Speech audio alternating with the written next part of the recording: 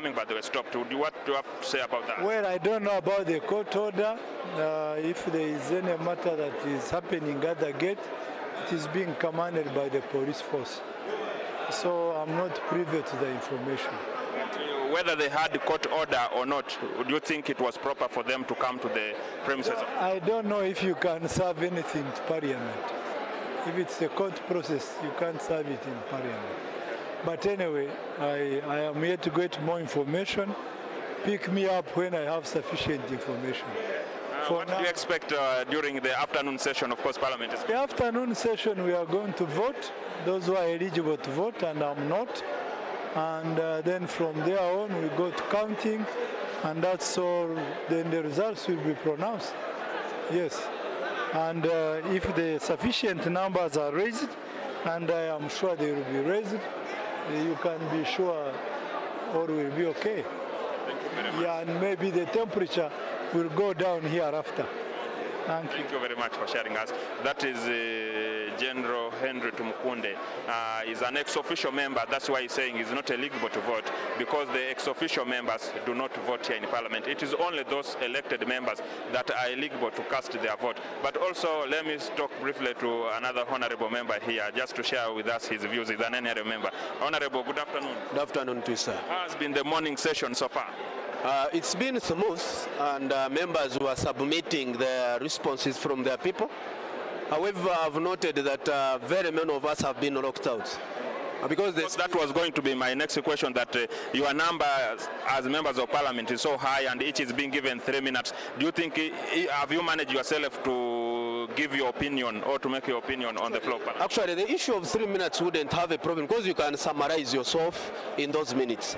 We're about 450 members of Parliament, and the Speaker said only 120 have submitted. That one does not make even half of the Parliament. Personally, I did not submit, and I was there. I even took an extra mile to tell the Speaker in writing that I really need to put in the views of my people. So it's unfortunate. Now we go to another stage, but we have not really presented. So what mechanism has been put there to make sure that they correct people's views? Because people talked valiantly on this issue. Some are talking about the age limit, others are saying we need to bring term limits, and others have so many issues. So I think we should have been given more time. This is not an issue, a simple issue. This is a very serious issue that should have been given enough time. In fact, the fact is that we should have had about even 2 weeks discussing this issue. So personally, I'm not happy that I've not put on record the views of my people. And I must say that this is even a view of the majority members of Parliament, over 300 who have not spoken anything. But here on UBC TV, where we are live, Honorable, still your people, much as it is not going to be on the answered, but your people, your constituents, will be able to hear you. What did you want possibly to put on the floor of Parliament? My people, I was lucky that I held open consultations, despite interruptions from some people who did not want it to happen. I had a successful consultation, and I moved throughout all the 6 sub-counties and the 2 town councils. And my people noted the fact that indeed they know the history of this country, the political history. They noted the fact that they have had relative peace, especially during the time of NRM, and particularly under the leadership of President Museveni. And my people also, by the time I reached, had the knowledge of what had been going on about the amendment. And they directed me that I should bring their views. One is that they noted and they are aware that there are other countries where presidents are even over 75 years of age. So to my people, the issue of age was not the major issue. They know that it had remained as the only safety pin in the Constitution to control the leadership, especially on the president level. And they told me that their issue is not about age, because they know some presidents are above the age of 75. But they instructed me strictly to make sure that I tell members of Parliament to support the reinstatement of term limits, so that even at any age, be it 180 or so, the president goes there for a maximum of 2 terms and goes, so that we can have that freedom. As I talk now, frankly speaking, there are some people who are about to lose hope, because they don't know when something different will happen. So according to my people, that was their view. And then on the issue of the extension of the term, the length of term from 5 to 7, I have actually had opportunity to get that information when I was in Dar es Salaam. But when I came, because originally that one was not part of our directives on the consultation. So when I returned, I heard about it and I had to consult my people. My people are also aware that there are some countries that have a term of 4 years, and there are others which have a term of 7 years. So they are saying, in the case of our country, Uganda, 5 years is enough term. And indeed they are aware, they are saying that extension to 7 years is not the exact solution to the injustices in the socio-economic situation that Ugandans are in. So they say they are not supporting extension from 5 years to 7 years, and because they are worried. As I talk now, since the beginning of my time, I've been embroiled in land wrangles, and I can assure you, if my people are worried, assuming that you get a political leader who supports land grabbers and he has to sit on you for 7 years, where will you be? So my people are not supporting the issue of extension of the term from 5 years to 7 years. And I have the mandate, despite the fact that I'm a member of parliament, who would benefit from that? I have the mandate to represent the views of my people. Thank you very much, Honorable Member. That has been one of the honorables here in Parliament. Of course, we are seeking the opinion of the members of Parliament on how so far the debate has gone on and what views they hold about what has been happening. I'm going to speak to one of the honorable members here also, just to share with us his views about how the debate has been going on in Parliament. I'm going to speak to Honorable Timuzibu Michael, representing Kajara. Honorable Timuzibu, good afternoon, sir. Good afternoon, my brother. Yes, how has been the session so far? The session has been good so far because really there is no havoc now. People are objective, they are debating, and each and every honorable member is respecting the views of the other. It's not like yesterday or the other days. And the good thing, we are having people opposing the bill, we are having people supporting the bill, and really it's almost 50-50, which shows a sign of democracy in this country. We have those people who are supporting the minority report. But what did the people of Kajara maybe tell you to come and say on the floor of Parliament? Unfortunately, I didn't get a chance to talk today because we are 450 members of Parliament, around 450, but the truth is that they told me not to amend Article 102B. Now, the truth is that at the moment, not each and every person is saying what the constituency told him or her to say. But as for me, the truth is the truth. If something is right, even if I remain alone, it is right.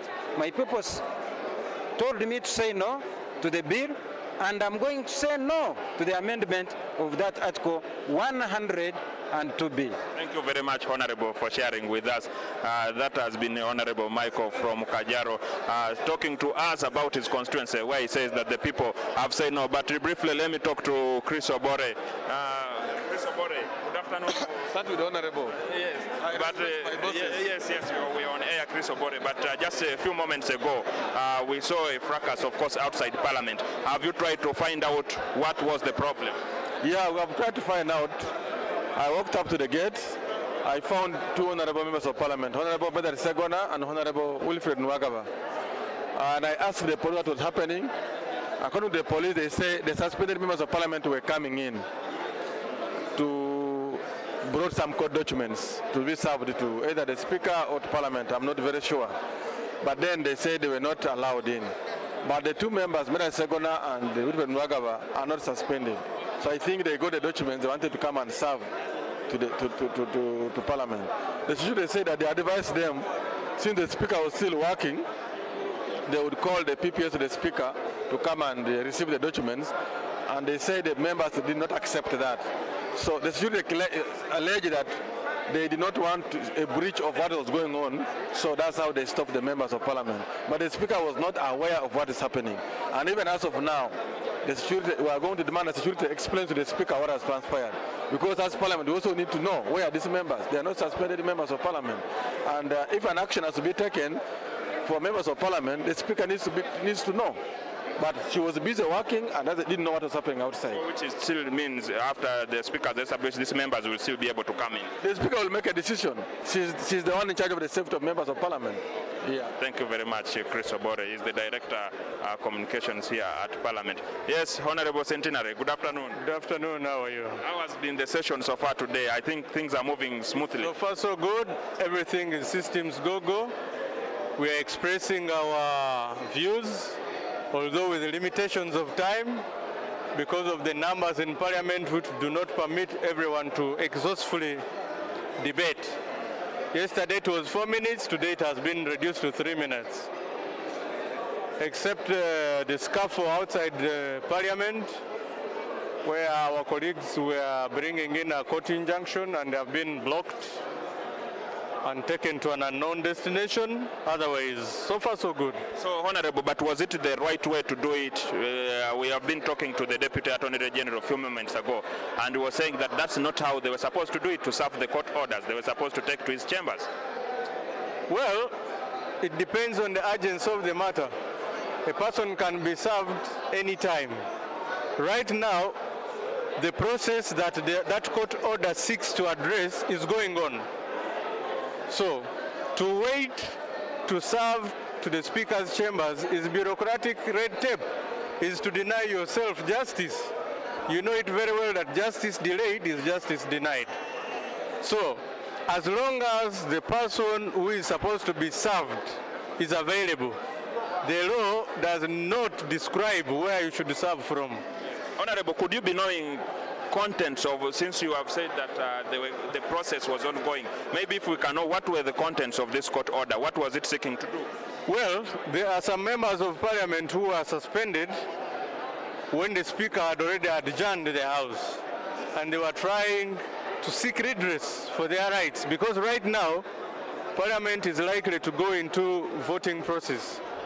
And that means they have been defranchised from voting. So, anytime, do you think they are going to make headway and maybe we shall see the court order reaching its destination? I pray that in the spirit of justice, they be allowed to serve the Speaker, most especially right now that we are in a short break. Yeah. Thank you very much for sharing with us.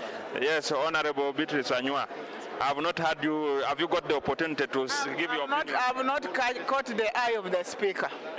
Yesterday, the other day, I've always been punctual, the first almost in the House. I stood up until I have failed to catch the eye of the Speaker. Isn't that a problem caused by the big number in Parliament here? Indeed, it is. It is for sure, but on a constitutional amendment like this one, the Speaker should really provide enough time. Literally, if it was, in my view, it should have gone systematically according to the list, and those who don't want to speak, then they are left out. Because everybody must pronounce themselves on this bill. This is a constitutional amendment which should not be rushed.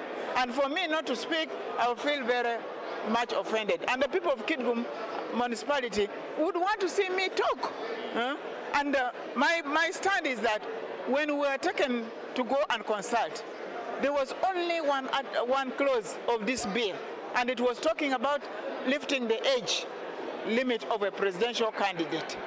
Little did my people even know that there is a proposal to reinstate the term limit, or even to extend the 7 years term tenure for presidents and the members of Parliament and local government. Now, this is where listeners are not given the full context of the bill. The bill has now 3 clauses, 3 in 1. But whoever talks here is talking about only the age. Now, quickly when I realized about the term limit, which the whole country has been really craving to have, if we had the term limit, all this mess would not have been there. And when it was lifted by this House because of 5 million, we were belittled, we had whatever. So this is the time I looked at it and I consulted the people. I said in the bill, it's not only the age, but it's also much desired term limit. the wisdom of the committee to reinstate it. For me, I salute them. And what did the people of Kitgum say? Actually, I used the radio program, and even the presenters, the majority said they would want me to vote yes on the term limit reinstation. So do you think... and now in the circumstance where it comes as a bundle, I cannot afford to have it thrown out with the whole bill when I'm fixing my eyes on the term limit. Okay, thank you very much, Honorable Beatrice Anywar. Of course, Honorable Beatrice Anywar represents Kitgum municipality here in Parliament. She's an independent member, but we are aware earlier on, as you viewer, you could be knowing, Beatrice Anywar was an FDC member here in Parliament, but she has since become independent member of Parliament. The afternoon session will be resuming shortly, but the morning session today has been come here in Parliament, except outside where there was a little bit of a situation, or what some people have termed their fracas, whereby Honorable Winfred Nwagaba and Honorable Segona were coming here in Parliament, not as member of Parliament this time around, but to serve court orders whereby they sought to have the 6 suspended members of Parliament possibly brought back to continue with their session, or even to stop the whole process. As for the moment, we are not so sure of what was in this court order, but as we talked with the Deputy Attorney General Mwesugwa Rukutana a few moments ago, he said that the way they were bringing the court order wasn't the right way. That is it from us in Parliament here. We shall keep you updated on whatever is going on. I'm going to get Honorable Raphael Majezi and get his opinion on how the process has so far gone, and whether he's satisfied with it, and whether he thinks he will make headway. When we get back, I will be bringing to you Honorable Raphael Majezi.